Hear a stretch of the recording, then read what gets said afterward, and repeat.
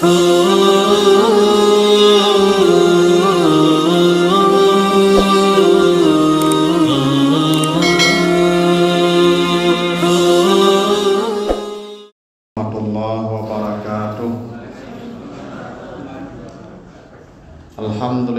Rabbil Alamin.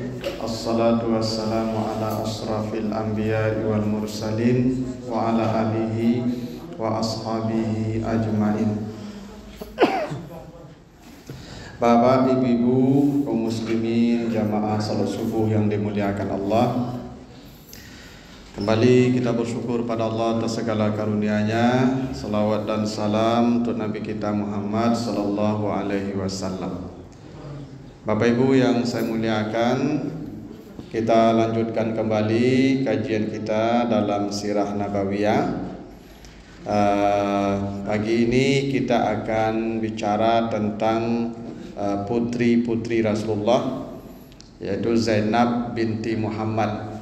Kita sudah bicara tentang istri beliau.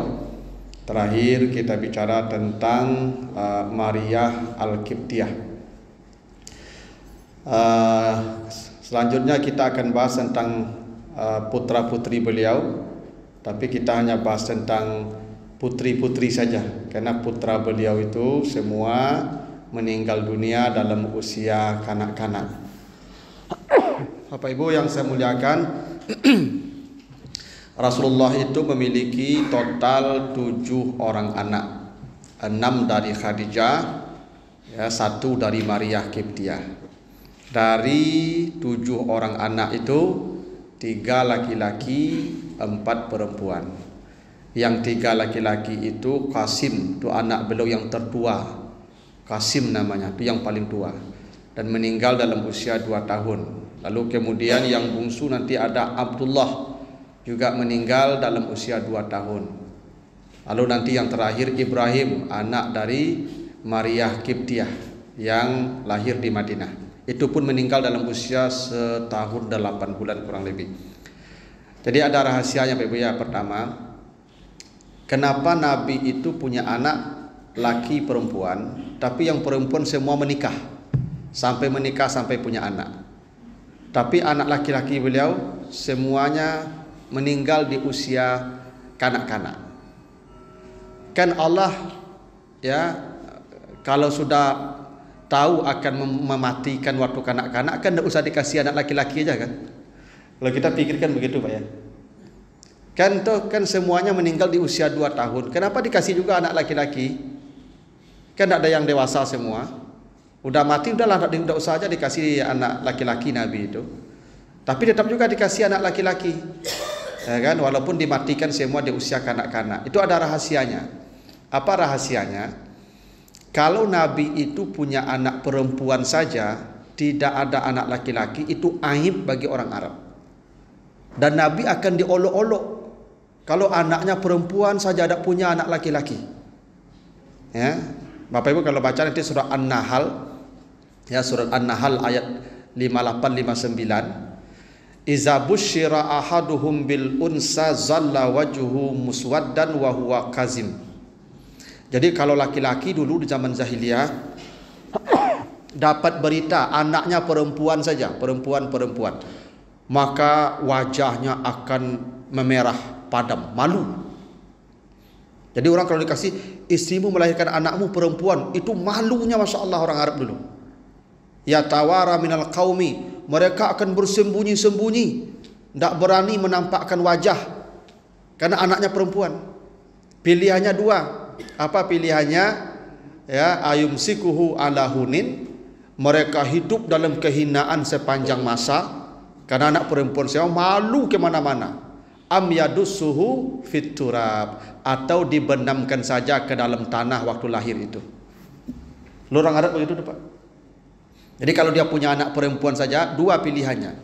Dia pikul saja malu sampai mati, kemana-mana bersembunyi, tidak berani menampakkan wajah kepada orang banyak. Atau pilihan kedua, dia selesaikan rasa malunya dengan mengorbankan, dengan membunuh anaknya, masukkan ke lubang tanah. Jadi orang Arab dulu Ibu kalau punya anak perempuan saja itu malu, dihina, diolok-olok. Itu rahasianya kenapa Nabi dikasih anak laki-laki.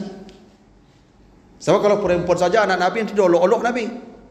Ya kan? Itu pun ketika semua anak laki-laki beliau mati, Qasim meninggal, Abdullah meninggal, itu pun Nabi diolok-olok. Apa kata orang Arab? Muhammad Abtar, Muhammad Abtar, Muhammad punah gitu. Jadi laki-laki ibu kalau mati anak laki-lakinya itu diolok-olok tuh punah. Maka turunlah surah Al-Kautsar, inna a'tainakal kautsar fashalli li rabbika wanhar inna syani'aka huwal abtar. Itu karena anak Nabi yang laki-laki meninggal dan diolok-olok Nabi. Itu rahasianya Bapak ya, kenapa Nabi tetap dikasih anak laki-laki. Gitu. Allah tahu anak ini akan dimatikan di waktu masih kanak-kanak. Kalau memang tahu dimatikan, kenapa dikasih juga anak laki-laki? Supaya tidak ada celah bagi orang-orang untuk mengolok-olok Nabi, untuk mencela Nabi ketika itu. Maka dikasihlah anak laki-laki juga, 2 orang dari Khadijah, Qasim dan Abdullah. Nah yang kedua, kenapa semua anak laki-laki belum dimatikan sebelum dewasa? Karena memang dulu Ibu, Nabi itu biasa anaknya jadi Nabi. Nabi Ibrahim anaknya Nabi jadi Nabi. Nabi Yakub anaknya jadi Nabi. Nabi Zakaria anaknya jadi Nabi. Nabi Muhammad kalau tidak jadi Nabi anaknya gimana? Maka jadi masalah. Maka dimatikan. Di samping kalau nanti hidup anak beliau sampai dewasa laki-laki itu, dia punya turunan. Nabi punya keturunan. Dan Allah sudah mengatakan Muhammad itu bukan ayah dari laki-laki di antara kamu. Maka dimatikan. Nah yang dewasa itu anak Nabi hanya yang perempuan. Jumlahnya 4 orang. Yang tertua namanya Zainab, kemudian namanya Ruqayyah, kemudian Ummu Kalsum, kemudian Fatimah yang paling bungsu. Nah kita akan bahas pagi ini tentang Zainab ya binti Muhammad. Nah Zainab ini Ibu itu anak sulung ya, anak tua. Yang paling tua sebenarnya Qasim, laki-laki, cuma meninggal. Nah kemudian lahirlah Zainab. Zainab ini lahir ketika usia Nabi 30 tahun. Jadi Nabi menikah dengan Khadijah usia 25. Maka Zainab lahir 5 tahun setelah Nabi menikah. Jadi usia Nabi 30 tahun atau 10 tahun sebelum Nabi diutus jadi Rasul. Nah Zainab ini ketika memasuki usia ya baligh, usia 9 tahun. Dulu orang Arab tuh usia 9, usia 8 itu sudah pada baligh dan sudah menikah. Maka Zainab usia 9 tahun dilamar oleh bibinya. Jadi ada bibinya namanya Halah binti Khuwailid.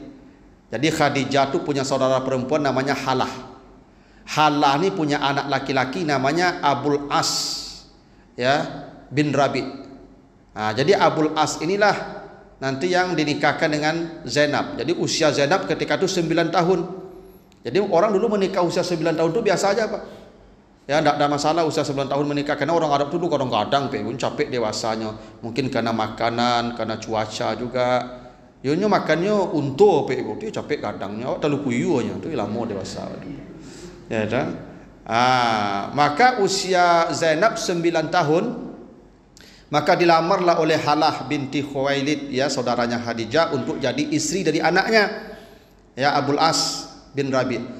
Maka ditanya ya ke Nabi dan Nabi kemudian bertanya ke Zainab dan Zainab diam. Ya biasalah dulu Ibu kalau perusi kau kalau ditanya dan kau jadi anu ya tu nyantuk saya nyutus setuju nama tu mah.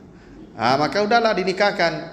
Nah maka Zainab itu dinikahkan tahun 9 ya ketika usianya 9 tahun ya 1 tahun menjelang Nabi diangkat jadi Rasul. Di waktu pernikahan itu ya Zainab dikasih hadiah oleh ibunya Khadijah, sebuah kalung yang sangat dicintai oleh Khadijah. Nah perjalanan rumah tangga ini Ibu berjalan harmoni ya sampai Nabi diutus jadi Rasul. Ketika Nabi diutus jadi Rasul, ini Zainab langsung beriman kepada Nabi, kepada ayahnya. Ditanya ke Khadijah apakah benar ayah Rasul? Benar kata Khadijah. Ditanya ke Waraqah bin Naufal juga dibenarkan dan dia bersyahadat. Maka Zainab itu termasuk ya yang pertama memeluk Islam. Sama dengan ibunya Abu Bakar, dengan Ali dan seterusnya pada beberapa seorang sahabat yang disebut as-sabiqunal awalun itu. Saat dia masuk Islam, suaminya belum di rumah, tidak di rumah dalam perjalanan dagang. Abul As. Maka setelah pulang dikasih tahu ya kepada suaminya kalau dia sudah beriman kepada ayahnya yang Muhammad yang diutus menjadi rasul. Itu Abul As terpukul. Dia ikan istrinya masuk Islam tanpa sepengetahuan dia. Akhirnya Abul As ya menenangkan diri, tidak merespon. Ya, lalu kata Abul As, saya tidak meragukan ayahmu jujur. Kejujuran ayahmu saya tidak meragukan. Ayahmu rasul pun sebenarnya saya tidak meragukan. Cuman saya belum bisa masuk Islam seperti engkau karena saya takut nanti dicela oleh kaum saya. Apa kata kaum saya nanti kepada saya? Jangan-jangan dikira Abul As masuk Islam karena takut dengan istrinya. Maka mereka hidup serumah, tetap berumah tangga walaupun beda keyakinan. Zainab muslim, ya muslimah, sudah bersyahadat dengan Nabi, ya mengakui Islam, tapi ya Abul As belum, masih musyrik. Tapi ketika itu masih boleh serumah, masih boleh ya suami istri itu serumah walaupun beda keyakinan karena belum turun syariat. Ya surat Al-Mumtahanah ayat yang 10 itu belum turun. Nanti setelah hijrah ke Madinah baru dipisahkan, tidak boleh lagi. Ya kalau sudah beda keyakinan maka bercerai secara otomatis. Nah, sampai turun perintah hijrah. Nah, turun perintah hijrah semua sudah hijrah. Kecuali Zainab masih tinggal di Makkah bersama suaminya yang masih musyrik Abul As. Sampai Bapak Ibu setelah hijrah itu kemudian tahun pertama terjadi perang Badar. Nah, suaminya Abul As ikut dalam perang Badar itu memerangi Nabi, ya, dan umat Islam. Di sinilah gejolak batinnya Zainab, ya. Suami tercinta pergi berangkat perang memerangi ayahanda. Nah, ini dilemanya luar biasa. Coba bayangkan, ya suami ibu bercakap jawab ibu. Asian yang ibu bela kira-kira. Ini perang Badar itu begitu. Zainab suaminya Abul As ikut peperangan Badar di pasukan musyrik. Sementara ayah beliau Nabi Muhammad dalam pasukan muslim itu akan bertempur. Itu masya Allah tekanan jiwa Zainab tuh. Suami dan ayah akan bertempur, berperang. Akhirnya di perang Badar itu dapat kabar bahwa pasukan muslim umat Islam Nabi Muhammad menang. Maka gembira Zainab, ayahnya menang. Tapi susahnya gimana suaminya? Maka dapat berita suaminya Abul As itu tertawan di perang Badar. Jadi salah satu yang ditawan di perang Badar dari 70 orang kafir itu. Jadi perang Badar itu ada 70 yang mati orang kafir, ada 70 yang ditawan. Dari yang ditawan 70 itu salah satunya adalah Abul As suaminya Zainab. Nah dulu tawanan perang itu Ibu bisa bebas. Bebasnya dengan syarat ditebus. Kalau tidak tebus dia jadi budak. Ya, maka keluarga yang punya uang menebus keluarga yang ditawan itu. Maka Zainab pun menebus suaminya. Maka dikirimlah harta oleh Zainab. Zainab tidak punya harta banyak. Maka salah satu harta yang dikirim untuk menebus ya suaminya Abul As adalah kalung yang diberikan ibunya waktu menikah dulu. Ini kalung kesayangan Khadijah. Maka dikirimlah kalung ini, ya beberapa utusan datang ke Madinah untuk mengantarkan tebusan bagi tawanan perang, termasuk Zainab mengirimkan harta untuk menebus suaminya Abul As. Maka diterimalah oleh para sahabat ini barang-barang tebusan, sebagian sudah dibebaskan, sebagian belum, tergantung negosiasi. Kalau terlalu ringan tebusannya belum dibebaskan. Maka ketika barang-barang tebusan itu ada di meja, di kumpulan itu bersama ya harta tebusan yang lain, maka Nabi melihat ada satu kalung nih, dan Nabi kenal betul ini kalung siapa. Ini kalung penuh sejarah, ini penuh kenangan. Maka diambil kalungnya, Nabi tahu di kalung Khadijah ini. Ditanya ke sahabat, ini dari mana kalung ini datangnya? Kata para sahabat, ini barang tebusan untuk Abul As. Abul As itu ya suaminya Zainab, suami anaknya. Maka kata Nabi, maukah kalian mengembalikan kalung ini kepada Zainab? Ya. Karena ini kalung milik Khadijah. Tolong kembalikan kepada Zainab. Tapi kalau kalian tidak mau ya tidak apa-apa. Ini jadi milik umat Islam. Tapi kalau kalian mau, tolong kembalikan. Maka itu sahabat tidak tega pula tuh. Maka dikembalikan kalungnya ke Abul As.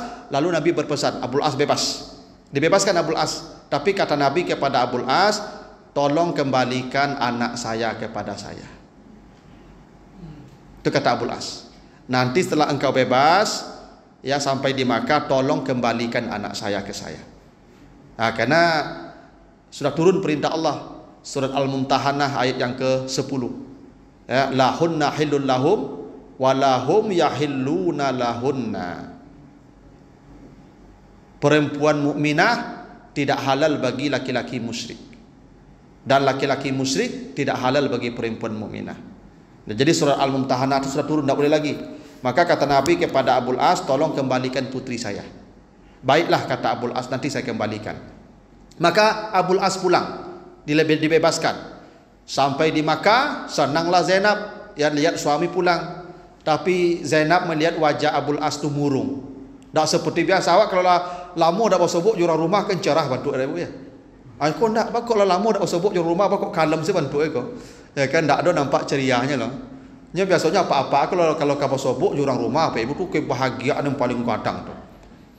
Ya, kalau dinas luar misalnya Pak, dinas ke Jakarta seminggu. Itu dari bandara tu Pak, tu toko dak barem-rem lagi Pak. Ya kan? Gasnya pijak itu. Ya saking ingin bertamunya orang rumah, saking bahagianya nampak orang rumah kok. Itu Pak. Ya, ini ndak murung saja ketemu pulang kok murung saja. Tanya, suamiku apa yang terjadi? Apa kata Abul As?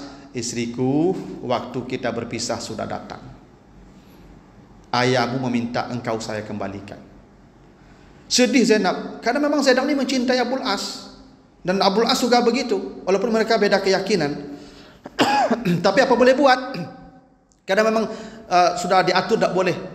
Baiklah, maka Zainab diantar ke Madinah. Nabi mengirim Zaid bin Harisah untuk menjemput Zainab ke perbatasan kota Makkah, karena tak boleh masuk kota Makkah, jemputnya ke perbatasan. Maka itu Abul As memerintahkan saudaranya namanya Kinanah bin Rabi dan beberapa orang keluarganya, tolong antarkan Zainab ke perbatasan kota Makkah, di sana ada yang menanti. Saya tidak tega mengantarkan. Memang Abul As kok lulu hatinya Pak Ibu, tidak bisa berpisah dengan istri. Diantarkan, tolong lindungi dia dengan anak panahmu sampai anak panah terakhir. Dan dibawa siang hari itu, dan ketahui orang-orang kafir Quraisy diburu. Dan Zainab ketika itu sedang hamil. Maka dari kejauhan dipanah itu ontanya Zainab, dan Zainab itu kan diletakkan di onta itu. Kalau dulu kan raja-raja Ibu istrinya kalau pakai kendaraan kan ada semacam tandu ya yang berkurung itu. Apa namanya itu? Untuk rumah. Itu. Maka dipanah ontanya itu, Zainab jatuh terpental dan keguguran, pendarahan Ibu. Akhirnya itu Kinana dan beberapa orang itu berkelahi dengan orang-orang yang mencegat itu, sampai datang Abu Sufyan. Apa kata Abu Sufyan? Kinana, engkau jangan bawa Zainab siang-siang. Ini soal harga diri kami. Kalau engkau mengantarkan Zainab, antar malam-malam, orang sedang tidur. Kalau sekarang kau antarkan, lihat sama orang, ini orang mau datang ke musuh kami Muhammad, itu engkau sama saja menghina kami. Begitu kata Abu Sufyan. Lalu kalau saya antarkan malam, aman malam. Maka ditunggu malam, dan Zainab kemudian diobati dulu karena ini keguguran, jatuh dari onta. Maka kemudian diantar malam, ketemu itu Zaid bin Harisah, lalu dibawa ke Madinah. Di Madinah kemudian Zainab ini Ibu tidak menikah, karena dia sudah bercerai sebenarnya nih dengan suaminya, otomatis bercerai. Kalau beda agama itu otomatis bercerai. Jadi kalau ada orang misalnya menikah dengan non muslim, yang bapak ini kemudian dia mu'alaf bersyahadat untuk menikah, lalu kemudian setelah punya anak dua dia kembali murtad, maka pernikahan bercerai dengan sendirinya, itu batal dengan sendirinya. Udah bercerai. Itu banyak sahabat yang ingin melamar Zainab, Zainab tidak mau. Dan Abul As di Makkah juga begitu, tidak mau menikah juga, ditawari banyak ya perempuan, tidak mau juga dia, karena dia mencinta mati sama Zainab. Ya, Zainab tidak mau menikah, Abul As tak mau menikah. Ini 6 tahun lamanya mereka terpisah. 6 tahun mereka tidak ketemu. Sampai di tahun ke-7 setelah hijrah, Abul As ini pergi membawa perharta perdagangan ke Syam bersama rombongan dan melewati Madinah kembali. Nah, di waktu melewati Madinah inilah dihadang oleh orang-orang Islam, pasukan Islam, dan diambil hartanya. Karena harta orang Islam yang di Makkah diambil orang Quraisy sadonya. Maka untuk pembalasnya, harta orang Quraisy yang lewat Madinah pun diambil. Maka harta Abul As diambil, dan persoalannya ini bukan harta dia saja. Ini harta banyak orang yang dititipkan ke dia. Sama lupa orang kalau dulu menggalih kan, cerita tak bawaan galih kawan bagai. Ya kan, depa ambo dak pai kini ya titip gali ambo di. Tu betul tu. Orang Quraisy juga begitu, Pak Ibu. Ya dibawa si untunya, tu beko dibuat gadenya dijual di Syam. Beko dibalik barang balik dibawa ke Makkah balik. Begitu. Jadi barang yang diambil ni banyak barang orang Quraisy. Maka Abul As tak mau pulang walaupun dia tidak ditangkap. Hanya hartanya yang diambil oleh orang-orang Islam di Madinah. Tapi Abul As tak mau pulang ke Makkah. Kenapa? Apa jawaban dia kalau ditanya mana harta kami? Abul As tak mau begitu. Maka Abul As menyusup masuk kota Madinah. Ya, dia menyamar masuk kota Madinah dan mencari Zainab. Ingin mendapatkan harta itu kembali. Karena itu bukan harta orang, bukan harta dia. Tapi penyamaran Abul As diketahui orang-orang Madinah. Maka Abul As ditangkap, hendak dibunuh. Maka datang Zainab, kata Zainab, dia di bawah jaminan saya. Jadi orang Arab dulu begitu, Pak Ibu. Kalau sudah dikatakan dia di bawah jaminan saya, tidak boleh diganggu lagi itu. Kalau diganggu perang nanti itu. Jadi orang Arab kok sangat dengan janji, Pak Ibu, sangat menghormati janji. Maka Abul As di bawah tanggungan saya. Maka orang tidak jadi menangkap, tidak jadi membunuh Abul As. Dilaporkan ke Nabi. Kata Nabi, kalau engkau menjamin dia tidak apa-apa, silakan engkau jamin dia, tapi jangan bersentuhan dengan dia, karena dia tidak halal bagimu. Baiklah, saya tidak akan menyentuh dengan Abul As. Lalu bagaimana harta itu? Kata Nabi, kembalikanlah hartanya. Tapi kata sahabat Abul As, mau tidak engkau masuk Islam? Kalau engkau mau masuk Islam, kami kasih harta ini, tidak usah kau kembali ke Makkah, ambil harta ini semua untukmu. Kata Abul As, alangkah buruknya awal Islam saya kalau saya Islam dengan berkhianat kepada kaum saya. Tak mungkin. Memang orang Arab tu setia, Pak. Yo janji ko memang mereka tu luar biasa menjaganya, Pak. Tak sama jawab lah, Pak. Awak kan janji kan yo bana dak don tapik lah, Pak. Ya kan? Janji sudah maghrib, sudah isya lujut boleh. Endak orang Arab dak pandai itu yo janji tu, Pak. Nyawanya dipertaruhkan demi memenuhi janji itu. Nah, baiklah kalau begitu, dikembalikan hartanya.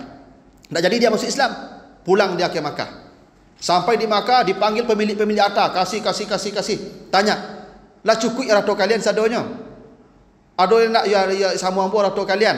Apa kata mereka? Harta kami cukup, lengkap, engkau memang laki-laki yang amanah. Dipuji-pujilah Abul As.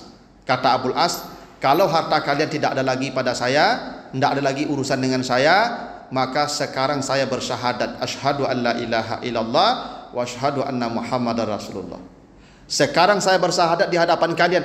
Kenapa saya tidak masuk Islam ketika di Madinah? Kenapa? Karena kalau saya di Madinah masuk Islam, lalu harta dikasihkan ke saya, boleh jadi orang di sana mengira saya masuk Islam karena ketakutan atau karena ingin harta. Mungkin juga kalian mengira saya masuk Islam karena ingin mengambil harta kalian, atau mungkin karena ketakutan. Sekarang saya bebas, saya bisa menentukan diri saya bersyahadat sekarang. Begitu pula Abul As. Udah, dan lagi bisa dilakukan. Gimana? Kali tangkuk, kali bunuh lah Abul Asnya lah, menyelamatkan harta tua sama-sama mah. Udah, maka Abul As hijrah ketemu Nabi, kemudian bersyahadat, lalu kemudian dikembalikan Zainab kepada Abul As. Dikembalikan. Ya, setelah 6 tahun mereka berpisah, dikembalikan. Sebagian mengatakan dirujuk saja, sebagian mengatakan diulang dengan pernikahan yang baru. Tapi setahun mereka berkumpul, Zainab meninggal dunia. Karena Zainab ni Bapak Ibu setelah jatuh dari onta dulu 6 tahun ketika dia berangkat itu sakit-sakitan. Itu penyebab dia meninggal dunia salah satunya, karena kondisinya turun-turun. Ya, karena kondisi jatuh itu memang parah. Ya, mungkin itulah ya yang membuat Nabi marah kepada Habbar namanya. Jadi Habbar tu yang memanah onta Zainab. Maka kata Nabi, ya Nabi menghalalkan darah Habbar itu, untuk bahkan kata Nabi bakar tu Habbar. Tapi kemudian Nabi sadar hak membakar, hak menghazab itu hanya hak Allah, lalu dia maafkan. Nah, jadi Zainab ini Bapak Ibu meninggal di usia 29 tahun. Ya. Tapi setahun kemudian Abul As pun meninggal dunia. Ini memang cinta sejati. Ya. Memang hidup sehidup semati nama itu. Ya, memang hidup samu, menderita samu, mati samu. Kalau awak kan tak janji hidup semati, lah mati apa ibu lo je mati lah. Ya, kalau Zainab tak mati, Zainab setahun kemudian mati pula Abul As. Gitu ya. Nah, Zainab ini meninggalkan 2 putra, ya, 1 perempuan, 1 laki. Yang laki namanya Ali bin Abil As, yang perempuan namanya Umamah binti Abil As. Nah, Umamah inilah yang dalam hadis pernah dibawa Nabi salat dan Nabi menggendong beliau sampai selesai. Umamah binti Abil As ini. Jadi Umamah ini ketika masih kanak-kanak itu Nabi bawa salat, Nabi jadi imam. Lalu ketika Nabi berdiri, wada'aha ala atikihi, diletakkan di pundak, digendong sampai Nabi ruku. Ketika ruku dan sujud, wada'aha alal ard, diletakkan di lantai sampai Nabi selesai salat. Zainab digendong oleh Nabi. Inilah yang menjadi dalil Bapak Ibu, kalau bawa cucu yang masih balita, bawa anak yang masih balita ke masjid salat, tolong gendong sampai selesai salatnya. Tak boleh anak dan cucu tu dilepaskan nyulun butak lah. Bekonya pijak-pijak kepala orang beko. Kadang kacau mata orang terlanya udah mulai lari bagi ya ndak. Maka apa ibu kok kau buat cucu yo semayang nyok gendong. Kau nak tak gendong tinggal induk rumah jadi buat aja. Kadang ada nenek-nenek kakek-kakek kau candu buat cucu ke masjid. Dulu anak minta pai ke masjid menurut diberangi. Kini cucu dak mu pai lo bumbu-bumbu pai. Itu nenek-nenek kakek kini cucu tu. Kok keyoyo buat cucunya gendong. Ya, sampai selesai itu Nabi mencontohkan tu kepada anaknya Zainab Umamah ya binti Abil As. Nanti Umamah ni menikah dengan Ali bin Abi Talib. Jadi ketika Fatimah hendak meninggal, beliau berwasiat Fatimah tolong nanti menikah dengan Umamah. Karena Fatimah tu sayang kepada Umamah. Maka dia ingin ya suami dia menikah dengan Umamah. Itu boleh tu. Misalnya ibu mau meninggal, tu papasan kapak tolong nikahi kemenakan ambo ya. Tu bisa tu. Ya tu kayak Fatimah tu suruh ya menikah dengan Umamah. Nanti Ali bin Abi Talib menikah dengan Umamah. Nah, salah satu hadis yang populer Bapak Ibu ya terkait dengan Zainab ini itu hadis yang menjelaskan perkara mandi jenazah. Jadi ketika Zainab meninggal dunia diceritakan Nabi berkata irsiliha bil ma'i wasidir, mandikan dia dengan air yang dicampur bidara. Itu hadis Zainab itu. Jadi ketika Zainab meninggal dunia kata Nabi, mandikan dia dengan air yang dicampur bidara. Itu sunnahnya mencampur air mandi itu dengan bidara. Daun bidara. Ya, sidir namanya, bidara. Nah, kalau sekarang tidak ada daun bidara, ada serbuknya tuh. Makanya Bapak Ibu kalau memandikan jenazah ketika membeli perangkat pemandian tu, kafannya, sabunnya, segala macam tu, tolong minta serbuk bidara. Kalau ada daun bidara. Memang sunnah Nabi tu ketika Zainab meninggal, tu hadis sahih tu, kata Nabi mandikan dia bil ma'i wasidir dengan air yang dicampur dengan daun bidara. Memang sunnah. Karena daun bidara aku satu menghilangkan aroma, yang kedua melunakkan jasad. Jasad kau kalau kaku paknya, kalau lama terletak jasad kau paknya karih kajangnya. Untuk melunakkannya dengan bidara itu salah satunya. Sekarang orang pakai jeruk nipis, itu boleh juga ya. Karena dulu di Jazirah Arab tak ada jeruk nipis lah. Di awak ada itu pakai, tapi bidara kalau ada lebih baik bidara. Kalau tak pakai serbuknya. Dan kata Nabi wa akhiruha kafura, dan air terakhir campur dengan kafur. Itu makanya air mandi yang terakhir itu juga kapur barus. Jadi kapur barus dihancurkan dulu ya, dihaluskan, lalu masukkan ke bak ke air itu, lalu siram air itu. Nah, nanti mandi terakhir, mandi yang kelima atau mandi yang ketiga atau mandi yang ganjil yang penutup mandi lah, maka siram dengan air yang dicampur dengan kafur barus itu. Itu sunnah Nabi. Itu hadis terkait dengan memandikan Zainab binti Muhammad. Dan kata para sahabat yang perempuan itu ya yang memandikan itu, Nabi memerintahkan agar mengepang rambut Zainab 3 kepang. Itu. Jadi Nabi itu ya ke Zainab itu ketika meninggal dimandikan, lalu setelah mandi rambut Zainab dikepang 3. Jadi kepang kanan, kepang kiri, kepang lurus ke bawah. 3 kepangnya. Dulu ketika ibu SD, dulu kan kepang 2 nak. Mati kepang 3. Sunnahnya begitu. Apa alasannya tak tahu, pokoknya Nabi suruh begitu. Jadikan rambutnya dikepang 3. Ya, jangan dikabek, jangan disanggu.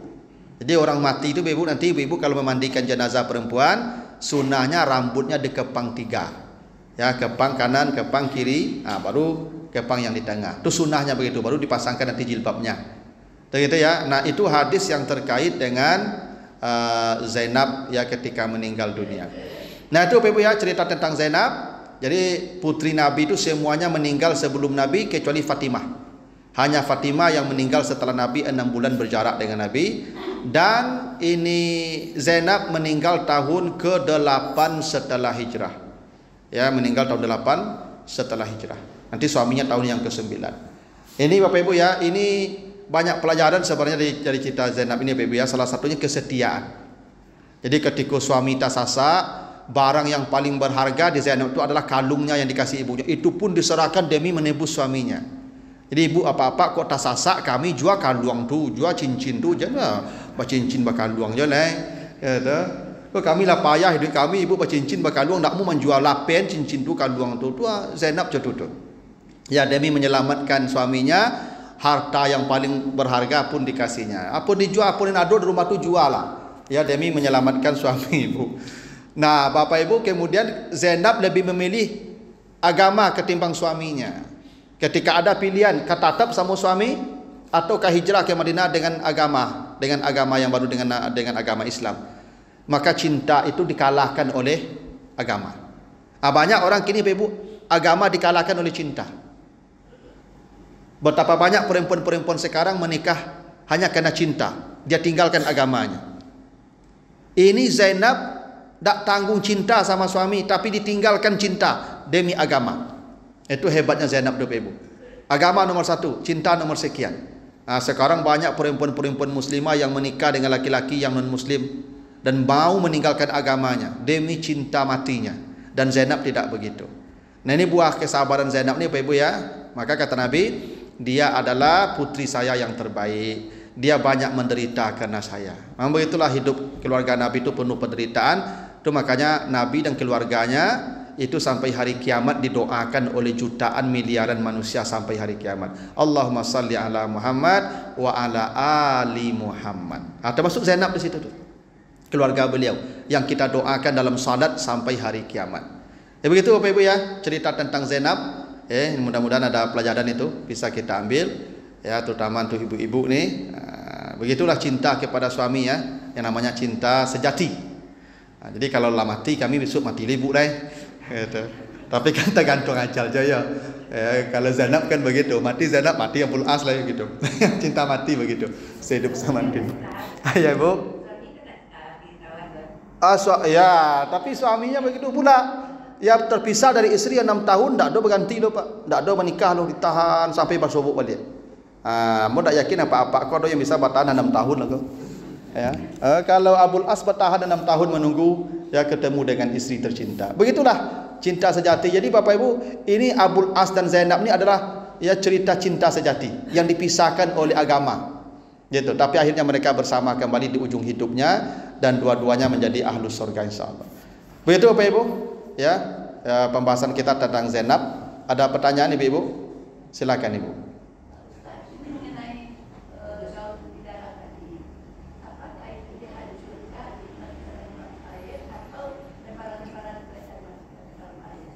Daun bidara itu memang ada keistimewaannya. Salah satunya daun bidara itu pohon surga. Makanya nanti baca surah Al-Waqiah. Fi sidrim makhdud. Mereka berada di bawah pohon bidara yang tidak berduri. Jadi pohon bidara itu pohon surga. Kini berduri. Besok tidak berdurinya nih. Itu makanya fi sidrim makhdud namanya. Mereka di bawah bidara yang tidak berduri. Nanti bidara itu indah di surga itu. Jadi pohon surga itu pohon bidara, tapi dicabut durinya. Maka Sidratul Muntaha itu pohon tuh Ibu.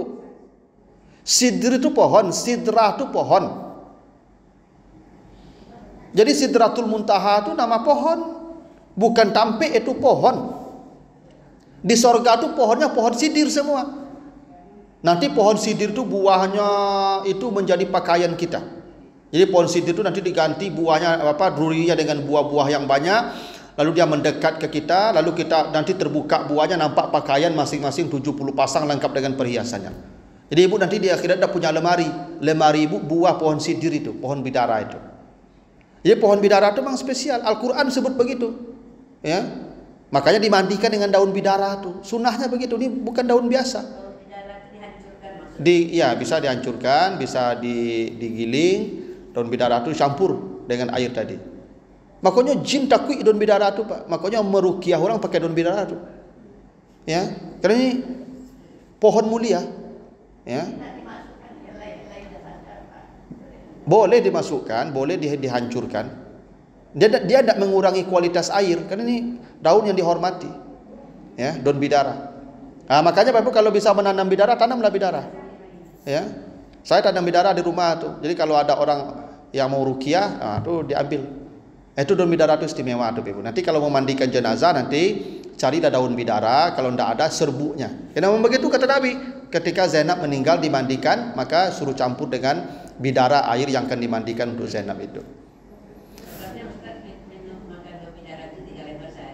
Ya, biasanya dulu saya makan daun bidara itu. Ya, tapi itu ya begitu sunnahnya waktu memandikan tuh. Kalau tidak ada ya tidak apa-apa juga. Tapi kalau ada lebih baik. Nah begitulah Bapak Ibu ya. Mudah-mudahan ada manfaatnya, lebih kurang mohon maaf. Subhanakallahumma wa bihamdika asyhadu an la ilaha illa anta astaghfiruka wa atubu ilaika. Wassalamualaikum warahmatullahi wabarakatuh.